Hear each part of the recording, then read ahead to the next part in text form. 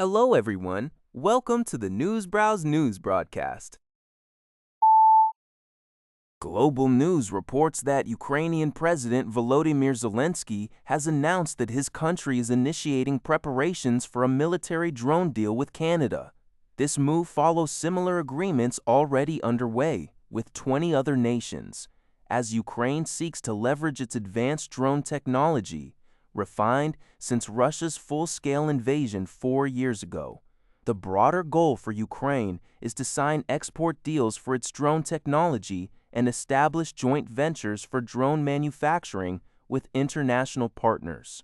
While discussions have been ongoing, Canadian officials, including National Defense Minister David McGunney and Foreign Affairs Minister Anita Anand, have been approached for comment. Last August, Prime Minister Mark Carney's office confirmed a letter of intent signed between Canada and Ukraine for co-production of defense materials. Though specific mention of drones was absent at the time, concerns remain on the Canadian side regarding the slow progress in finding economic opportunities in Ukraine due to worries about the physical safety of staff and investments in the war-torn country. Former Environment Minister Catherine McKenna, who helped establish the Impact Assessment Agency, IAC, 8 years ago, criticizes the federal government's proposed changes to how major energy projects, particularly pipelines, are assessed. She argues that shifting review responsibilities from IAAC to the Canada Energy Regulator, CER, for international and interprovincial pipelines, and to the Canadian Nuclear Safety Commission for nuclear projects, risk causing further delays. McKenna cites past failures, such as under Stephen Harper's government, where attempts to fast-track reviews led to permit quashing due to inadequate Indigenous consultation and environmental impact consideration.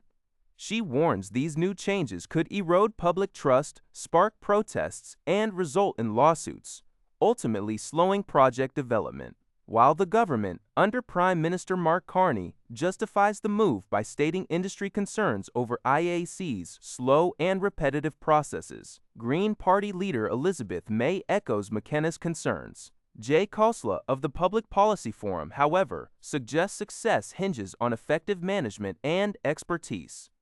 The Canadian press reports that the government is also considering a consultation hub for Indigenous feedback. Radio Canada International reports on a growing concern that boys are falling behind in school, with some experts attributing the issue to problems starting as early as kindergarten. A recent Quebec white paper revealed stark disparities. Boys have an annual high school dropout rate of 27.1% compared to 19.9% for girls, and significantly lower French proficiency.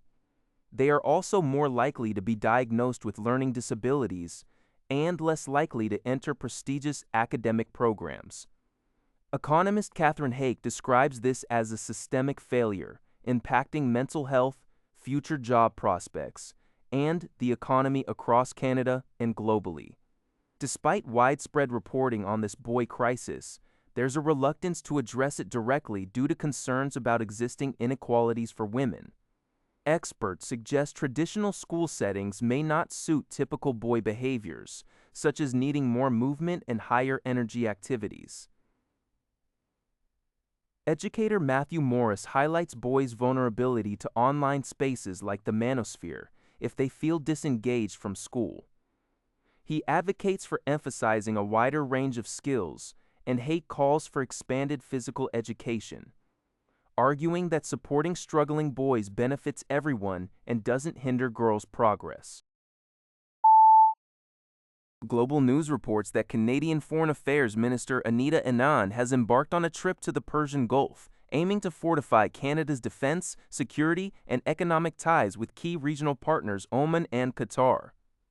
The visit occurs amidst the ongoing U.S. war on Iran, which continues to influence stability in the Middle East and global energy markets.